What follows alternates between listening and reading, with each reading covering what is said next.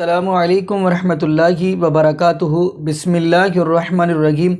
ناظرین، آج جو ہم آپ کو ویڈیو دکھانے جا رہے ہیں یہ ویڈیو ہے ڈاکٹر طاہر القادری کی، اور ڈاکٹر طاہر القادری بڑی اہم گفتگو کر رہے ہیں کہ کہہ رہے ہیں کہ مسلک اہل حدیث جو ہے وہی توحید والا مسلک ہے۔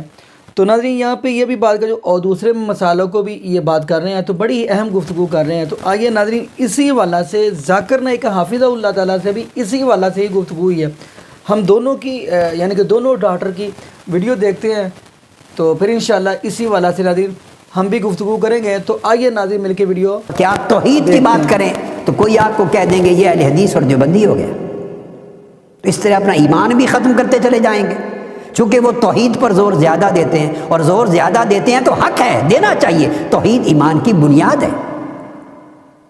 توحید پہلا رکن ہے ایمان کا۔ چونکہ دوسرے اس مسلک کے لوگ توحید کی بات بہت کرتے ہیں، لہٰذا آپ توحید کی بات کم کر دیں تو آپ اپنے ایمان کا ستیہ ناش کریں گے۔ توحید کے بغیر سارے اسلام کی دعوت کا مرکزی نقطہ توحید ہے۔ یہ آپ کی سوچ ہو جائے اگر اس طرح، تو دیکھیں انجام کیا ہوگا۔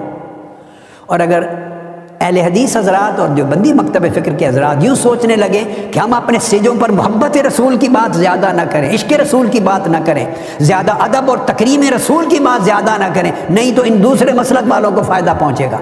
اگر اس طرح سوچ کر اس موضوع کو چھوڑ دیں تو ان کے ایمان کا بیڑا غرق ہو گیا۔ پھر کیا لینا ہے انہوں نے اس ممبر سے، اس جمعہ سے، اس خطاب سے، اس حدیث کے پڑھنے سے اور تبلیغوں سے؟ جب محبت رسول ہی نکل گئی، عشق رسول نہ رہا، ادب رسول نہ رہا، تعظیم رسول نہ رہی، تو کیا باقی بچ گیا؟ تو آپ یوں سوچنے لگیں تو آپ توحید کو کم کرتے چلے جائیں، وہ اس طرح سوچنے لگیں تو وہ محبت اور ادب رسول کو کم کرتے چلے جائیں، اور پھر اس طرف کے سارے لوگ اہل سنت ہیں جتنے اہل حدیث، یہ سارے کے سارے اہل بیت کا نام اس لیے نہ لیں کہ شیعہ حضرات کو موقف کو فائدہ پہنچے گا یا لوگ تمہیں شیعہ کہیں گے، تو آپ اپنے ایمان کا بیڑا غرق کر رہے ہیں۔ بڑی بدقسمتی۔ نمسکار، میرا سوال یہ ہے کہ میں دوائی دکان آیا ہے، اور دوائی دکان کے بغل میں نے دو طبقے کو آپس میں لڑتے ہوئے دیکھا، جس میں کہ ایک بریلوی سماج اور ایک دیوبندی سماج تھا۔ تو بریلوی کہتے ہیں کہ دیوبندی لوگ صحیح نہیں ہیں اور بریلوی صحیح ہیں، تو اس کا بنیاد کیا ہے، جڑ کیا ہے، مجھے اس کی جانکاری چاہیے۔ سوال تھوڑا ڈیفیکلٹ ہے بھائی صاحب نے کوئی ڈیفیکلٹ سوال کہا ہے لیکن جواب بہت آسان ہے۔ سوال ڈیفیکلٹ ہے لیکن جواب آسان ہے،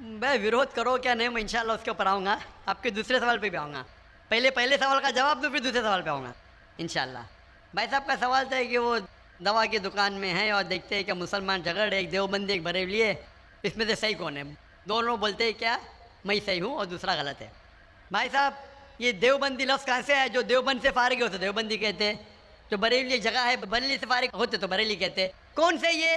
وہ مسلمان سے یہ جو قرآن پہ عمل کرتا ہے، جو قرآن اور صحیح حدیث پہ عمل کرتا ہے، چاہے دیوبندی ہو، بریلوی ہو، ندوی ہو، مدنی ہو، کوئی بھی ہو، کدھر سے بھی ہو، ہندوستانی ہو، امریکن ہو، سعودی ہو، جو قرآن کے پیغام پہ عمل کرے، جو اللہ نے فرمایا اس کے اوپر عمل کرے اور اللہ کے رسول کی صحیح حدیث پہ عمل کرے، وہ صحیح ہے۔ اسی لیے جاننے کے لیے کون صحیح ہے آپ کو قرآن مجید تو ترجمے سے پڑھنے پڑے گا۔ اگر قرآن مجید ترجمے سے نہیں پڑھیں گے تو مشکل ہے جاننے کے لیے کون صحیح ہے کون غلط ہے۔ تو میری تقریر کی بنیاد تھی یہ، سوال مشکل تھا، جواب بہت آسان ہے۔ جو قرآن پہ عمل کرے اور اللہ کے رسول کی صحیح حدیث پہ عمل کرے وہ لوگ صحیح ہے۔ آپ کا دوسرا سوال، یہی لوگ نے آپ پہ تنقید کی۔ بھائی صاحب، ہاں دوسرا سوال میرا سن لیجیے۔ بھائی صاحب میرا جواب تو پہلا سنو نا۔ آپ نے بولے کہ لوگ تنقید کرتے ہیں، ایک اصول ہے کہ جو بھی مشہور ہے اس کے اوپر لوگ تنقید کریں گے۔ دنیا میں سب سے بہترین انسان کون؟ دنیا میں سب سے مشہور انسان کون؟ آدم علیہ السلام سے لے کے آج تک کے ہسٹری میں سب مانتے ہیں کہ سب سے بہترین انسان محمد صلی اللہ علیہ وسلم ہے۔ نہ ہی مسلمان، غیر مسلمان بھی کہتے ہیں۔ اگر آپ کتاب پڑھیں گے مائیکل ایشارٹ کی 100 most influential people in history, 100 سب سے زیادہ انفلوئنشیل دنیا میں، نمبر 1 پہ وہ کہتے ہیں محمد صلی اللہ علیہ وسلم۔ آپ جانتے ہیں سب سے زیادہ کتابیں اگر کوئی انسان کے خلاف لکھی گئی ہے وہی محمد صلی اللہ علیہ وسلم. محمد صلی اللہ علیہ وسلم جیسے نیک آدمی، اچھے آدمی کے بارے میں لوگ نے سینکڑوں ہزاروں کتاب لکھی ہے، تو میں تو ناچیز ہوں، میں تو مقابلے میں ہوں ہی نہیں ان کے. اور لوگ خلاف کب لکھتے؟ مثال کے طور پر محمد صلی اللہ علیہ وسلم جب پیغام پہنچا ہے اپنا، تو اس وقت کئی لوگ تھے جن کے ذاتی زندگی پہ فوراً اثر ہونے لگا، ذاتی زندگی پہ اثر ہونے لگا. کچھ لوگ کی زندگی سدھر گئی، ان لوگ تو ماشاء اللہ ایمان لے کے آئے. کچھ لوگ کا جو کر رہے تھے ان کا نقصان ہونے لگا، جو لوگ قرآن کی بات نہیں مان رہے تھے ان کا نقصان ہونے لگا.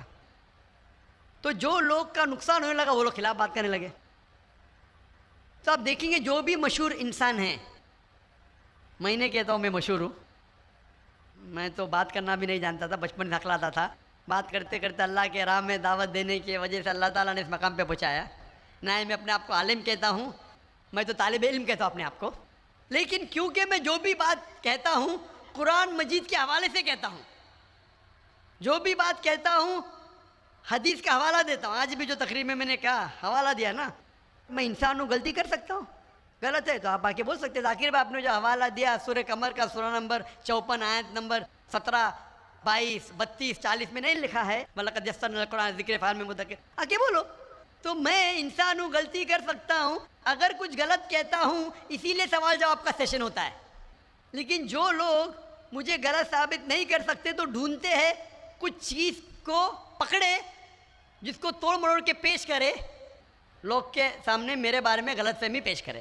میں جانتا ہوں کہ یہاں کے آرگنائزر نے کہا کہ ایک ویڈیو کلپ لوگ عام کر رہے تھے، جس میں کیا ہے کہ ذاکر بھائی کہتے ہیں کہ محمد صلی اللہ علیہ وسلم سے مانگنا حرام ہے، محمد صلی اللہ علیہ وسلم کو ماننا حرام ہے. ابھی میں جب قرآن کو چھوڑ کے ویسے ثابت کر رہا ہوں محمد صلی اللہ علیہ وسلم کو ماننا چاہیے، تو کیا یہ شخص کہہ سکتا ہے کہ محمد صلی اللہ علیہ وسلم کو ماننا حرام ہے؟ اس میں دو چیز ہو سکتی ہے. یہ ویڈیو کلپنگ کی ریکارڈنگ کبھی پیس ٹی وی پہ آئی نہیں. جب میں تقریر کرتا ہوں، بات کرتے ہوں، کوئی بھی ریکارڈنگ کرتے رہتے. ہو سکتا ہے کہ سلپ آف دا ٹنگ ہے، کیا کہ سبقت لسان. یہ ہو سکتا ہے کسی نے توڑ مروڑ کے پیش کیا ہے، اور توڑ مروڑ کے پیش کرنا بہت آسان ہے. مثال کے طور پر میں آپ سے پوچھوں گا مسلمان سے کہ جارج بش کیسے انسان ہے؟ میں نے کہا جارج بش اچھے انسان نہیں ہیں. میں نہیں کو کاٹ دوں گا، لگیں گا جارج بش اچھے انسان ہے. اس کو خود کو میں دکھاؤں گا، اپنے کہا نہیں ہو سکتا ہے سبقت لسان ہے، ہو سکتا ہے سلپ آف دا ٹنگ. وہ سلپ آف دا ٹنگ نہیں ہے. اس نے کہا کہ اچھے انسان نہیں ہے، نہیں کو کاٹا، جوڑ دیا، اچھے انسان ہے. تب سمجھ رہے؟ بہت آسان ہے. Media technology. تو اس طریقے سے کئی کلپنگ فلوٹ ہو رہے مارکیٹ کے اندر کہ ذاکر بھائی بن لادن کا ساتھ دے رہے. ارے کب ساتھ دیا؟ آپ یوٹیوب پہ جائیں گے تو آپ کو کلپنگ ملیں گی، ذاکر مسجد سے جوتے چوری کر رہا ہے. ذاکر مسجد سے جوتے چوری کر رہا ہے. ابھی کوئی آدمی سوٹ پہن کے، میرے ابھی شیروانی پہنا ماشاء اللہ، سوٹ پہن کے ایکٹنگ کر کے. تو یہ لوگ اگر کھلم کھلا سامنے آ کے، یہ سوال کا موقع عام طور پہ مذہبی تقریر میں کھلا پوچھنے کا کس کو موقع کہاں رہتا ہے؟ ہوتا ہے تو چٹ سے. میں پسند کرتا ہوں وہ بہو پوچھو. میں انسان ہوں، غلطی کر سکتا ہوں. غلطی کروں گا تو بولوں گا معاف کرنا بھائی، انسان ہوں. میں تو نہیں کہتا ہوں میں فرشتہ ہوں، میں کبھی کہا بھی نہیں معلوم ہوں. اگر میرے تقریر میں کچھ غلطی ہے تو آپ آ کے بول سکتے ہیں ذاکر بھائی آپ جو قرآن کا حوالہ دے غلط ہے، ایسے مانی نہیں. اگر صحیح ہوں گا تو میں کہوں گا بھائی صحیح، آپ کو غلط فہمی ہے. اگر میں غلط پہ ہوں تو بولوں گا غلطی ہے، معافی چاہوں گا. لیکن یہ ویڈیو کلپنگ توڑ مروڑ کر کے پیش کرنا، اسی طریقے سے محمد صلی اللہ علیہ وسلم کے خلاف ہزاروں کتابیں ہیں ان کے خلاف. تو میں کوشش کر رہا ہوں کہ اللہ سبحانہ تعالیٰ کا پیغام پیش کروں، لوگوں کو قرآن کے قریب لے کے آؤں، صحیح حدیث کے قریب لے کے آؤں. جو لوگ چاہتے ہیں کہ انسان قرآن کے قریب نہ آئے، صحیح حدیث کے قریب نہیں آئے، تو وہ لوگ ایسے حرکت کر رہے ہیں. اسی لیے ماشاءاللہ کیا ہو رہا ہے کہ لوگ میری تقریر سن کے الحمدللہ اس ناچیز کے ذریعے ہزاروں لوگ، لاکھوں لوگ قرآن مجید کے قریب آ رہے ہیں. وہ لوگ جن کو پسند نہیں ہیں کہ مسلمان قرآن کے اور قریب آئے، صحیح حدیث کے قریب آئے، وہ لوگ کو پریشانی ہو رہی ہے، اور وہ لوگ توڑ مروڑ کے پیش کر رہے ہیں میڈیا میں. ابھی کوئی بھی انسان جو ذرا بھی بدھی رکھتا ہے، جب میں قرآن و حدیث کے علاوہ